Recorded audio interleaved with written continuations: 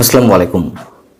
প্রিয় দর্শক, দেশের বিভিন্ন বন্দর বিদেশি কোম্পানিগুলোর মাধ্যমে পরিচালনার নামে তাদের হাতে ইজারা দেওয়া হচ্ছে বা তাদের হাতে তুলে দেওয়া হচ্ছে, এমন অভিযোগে দেশের বিভিন্ন মহলে তো অস্থিরতা কাজ করছেই।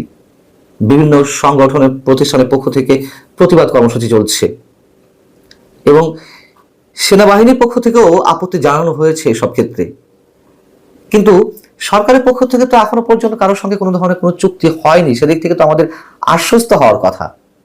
কিন্তু যা শোনা যাচ্ছে তার চেয়েও ভয়ঙ্কর কিছু ঘটেছে অথবা ঘটতে যাচ্ছে।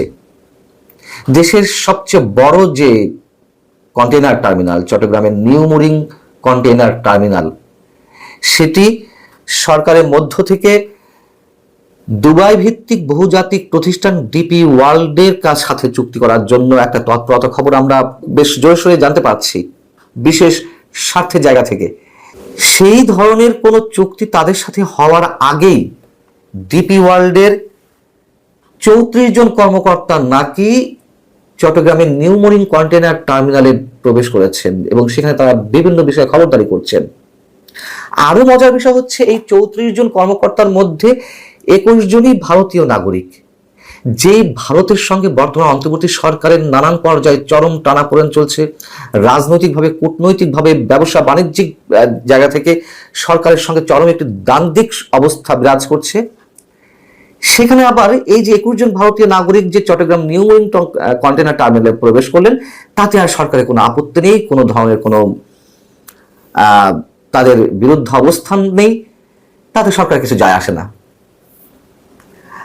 বিষয়টি হচ্ছে, গত 15 এপ্রিল দুবাইয়ের যে প্রতিষ্ঠান ডিপি ওয়ার্ল্ড, তার deputy general manager Tanvir Hossain, তিনি চট্টগ্রাম পোর্টের chairman rear admiral S M মনিরুজ্জামানের কাছে গেট পাসের আবেদন করেন এবং তার পরদিনই বন্দর কর্তৃপক্ষ তাদেরকে এনসিডিতে অর্থাৎ নিউ মরিন কন্টেইনার টার্মিনালে প্রবেশের অনুমতি দেন।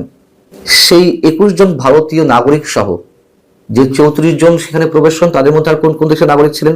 দক্ষিণ আফ্রিকা, আরব আমিরাত, নেদারল্যান্ডস, বাংলাদেশ, নাইজেরিয়া, পাকিস্তান এবং ফিনল্যান্ডের নাগরিকরা। তার মধ্যে 2-1 বাংলাদেশি নাগরিকও ছিল যারা ডিপি ওয়ার্ল্ডে কাজ করেন। যাই হোক, এই যে চুক্তি হবে সেটি তো G2G ভিত্তিতে হবে, গভর্নমেন্ট টু গভর্নমেন্ট পর্যায়ে চুক্তি হবে এবং সবকিছু বিবেচনা করার অবস্থায় রয়েছে। এই বিবেচনামূলক অবস্থায় থাকাকালীনই এই কর্মকর্তারা সেখানে কিভাবে প্রবেশ করে তারা দখলদারিত্বের একটা পর্যায়ে পৌঁছে যান এবং অনেকে এটিকে দখলদারিত্বের সঙ্গে তুলনা করছেন। চট্টগ্রামের জাতীয়তাবাদী শ্রমিক দলের চট্টগ্রাম বিভাগীয় সাধারণ সম্পাদক কাজী শেখ নুরুল্লাহ বাহার, তিনি বলছেন যে ডিপি ওয়ার্ল্ডকে এখন তো ইজারা দেওয়া হয়নি, অথচ তাদের কর্মকর্তারা বন্দরের ভেতরে ঘোরাফেরা করছেন এবং তাদেরকে যাতে ভবিষ্যতে আর দেখা না যায় সেই দিক বিবেচনার জন্য হুঁশিয়ারিও তারা উচ্চারণ করেছেন সংশ্লিষ্ট কর্তৃপক্ষের উদ্দেশ্যে। আবার চট্টগ্রাম বন্দর জাতীয়তাবাদী শ্রমিক দলের প্রধান সমন্বয়ক মোহাম্মদ ইব্রাহিম খোকন, তিনি গণমাধ্যমকে বলছেন যে এই কর্মকর্তারা টার্মিনালের মধ্যে ঢুকে তারা কি কারণে ঢুকেছে, তারা বিভিন্ন কারিগরি বিষয় পর্যবেক্ষণ করবে, এই অজুহাতে ঢুকেছেন। এই অজুহাতে ঢুকে তারা বলছেন কেউ কেউ এই কক্ষটি আমার, এটি আমার লাগবে। আবার কেউ আবার যন্ত্রপাতি পরীক্ষা করে জেনে নিচ্ছেন যে বর্তমান কর্মীদের সবাই এগুলো পরিচালনা করতে পারেন কিনা। মানে এই অধিকার তাদেরকে কে দিয়েছে? কোন বিবেচনার ভিত্তিতে তারা এখানে গিয়ে এই ধরনের খবরদারি করছেন? এটা তো স্পষ্টত দখলদারিত্বের নজির। ইব্রাহিম খোকন তিনি এও বলছেন যে আমরা সরকারকে 16 জুন পর্যন্ত সময় দিচ্ছি, এর মধ্যে বিদেশি অপারেটরদের ইজারা দেওয়ার সিদ্ধান্ত বাতিল করতে হবে, নয়তো তারা 22 জুন থেকে আন্দোলনে যাবে, কর্মবিরতিতে যাবে। চট্টগ্রামের যে নিউ মরিন কন্টেইনার টার্মিনাল, আমরা জানি যে 2007 সালে 8,000 কোটি টাকা খরচ করে এটি নির্মাণ করা হয়েছিল এবং এটি বর্তমানে এখান থেকে বছরে 1,000 কোটি টাকা লভ্যাংশ আসছে। সারা দেশে যেই কন্টেইনার পণ্য ওঠানামা করে তার 55% নিউ মরিন কন্টেইনার টার্মিনালে ওঠানামা করে।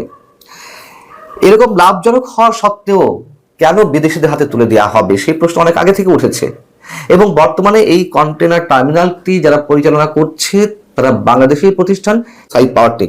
সাইফ পাওয়ারটেকের সঙ্গে আবার বন্দরের চুক্তি আগামী 6 জুলাই শেষ হচ্ছে। আর এর জন্যই কি তড়িঘড়ি করে এই যে জুনের 2-3 তারিখ এর মধ্যেই চট্টগ্রামের এই নিউ মরিন কন্টেনার টার্মিনালে ডিপি ওয়ার্ল্ডের কর্মকর্তারা ঢুকে পড়েছেন দখলে নেওয়ার জন্য, যাতে অন্য কেউ প্রবেশ করতে না পারে, অন্য কারোর সঙ্গে চুক্তি হতে না পারে। এটি কি ভয়ঙ্কর একটি সংবাদ। আমরা এও জানি যে এটি বলতে হয় যে এই টার্মিনালটি বিদেশিদের হাতে তুলে দিতে আওয়ামী লীগ সরকারের সময়ও আলোচনায় এসেছিল। আওয়ামী লীগ সরকারও এটি বিদেশিদের হাতে পরিচালনার জন্য দায়িত্ব দিতে চেয়েছিল, কিন্তু একটা পর্যায়ে তা থেমে যায়। আওয়ামী লীগ সরকার যেসব কাজ, যেসব উদ্যোগ গ্রহণ করেছিল, বর্তমান সরকার এসে সব পুনর্পালট করে দিচ্ছে। সব বিভিন্ন প্রতিষ্ঠানের নাম থেকে শুরু করে যাবতীয় সবকিছুতে, বিচার ব্যবস্থারও অনেক কিছু এখন এক্সাম্পল হিসেবে আসছে। সেইখানে আওয়ামী লীগের এই যে একটি উদ্যোগ ছিল, সেই উদ্যোগটি আবার তারা পুনরুজ্জীবিত করছে মৃত অবস্থা থেকে। এর কারণটি কি? কারণটি খুবই সহজ, আমরা তো অনুমান করতে পারি। এবং আওয়ামী লীগ যখন এই উদ্যোগটি গ্রহণ করেছিল তখন অনেকের আপত্তির মুখে, বিশেষ করে বাংলাদেশের কমিউনিস্ট পার্টি সিপিবি, তারা প্রবল আপত্তি জানিয়েছিল, বিভিন্ন ধরনের কর্মসূচি গ্রহণ করেছিল, যার কারণে আওয়ামী লীগ শেষমেশ এই চুক্তিটি করতে পারেনি, বিদেশিদের হাতে বা তাদের মাধ্যমে পরিচালনার কাজটি তারা করতে পারেনি। কিন্তু এখনো বিএনপি থেকে শুরু করে বাংলাদেশ কমিউনিস্ট পার্টি সিপিবি সহ বিভিন্ন রাজনৈতিক দল এবং সংগঠন এই ধরনের চুক্তি যাতে না হয় তার জন্য তো তারা হুঁশিয়ারি উচ্চারণ করছে। বিশেষ করে সেনাবাহিনীর পক্ষ থেকেও তো বন্দর অন্যদের হাতে তুলে না দেওয়ার জন্য একটা বক্তব্য আমরা তাদের কাছ থেকে পেয়েছি, স্পষ্ট বক্তব্য। এবং করিডোর বন্দর সহ বিভিন্ন ইস্যুতে বাংলাদেশের স্বাধীনতা সার্বভৌমত্ব যেন হুমকি মুখে না পড়ে সে বিষয়েও তারা হুঁশিয়ারি দিয়েছে, এবং তারা শেষ রক্তবিন্দু পর্যন্ত তারা চেষ্টা চালাবে বাংলাদেশের সার্বভৌমত্ব রক্ষার জন্য, এমন কথাও আমরা শুনেছি। সেখানে কোন ধরনের চুক্তির আগেই ডিপি ওয়ার্ল্ডের কর্মকর্তারা চট্টগ্রাম নিউ মরিন কন্টেনার টার্মিনালে ঢুকে পড়ে খবরদারি করবে, এক ধরনের দখলদারিত্ব বজায় রাখবে, এটি কিভাবে সম্ভব? অনেক বড় প্রশ্ন এটি। ভালো থাকুন সবাই, আল্লাহ হাফিজ।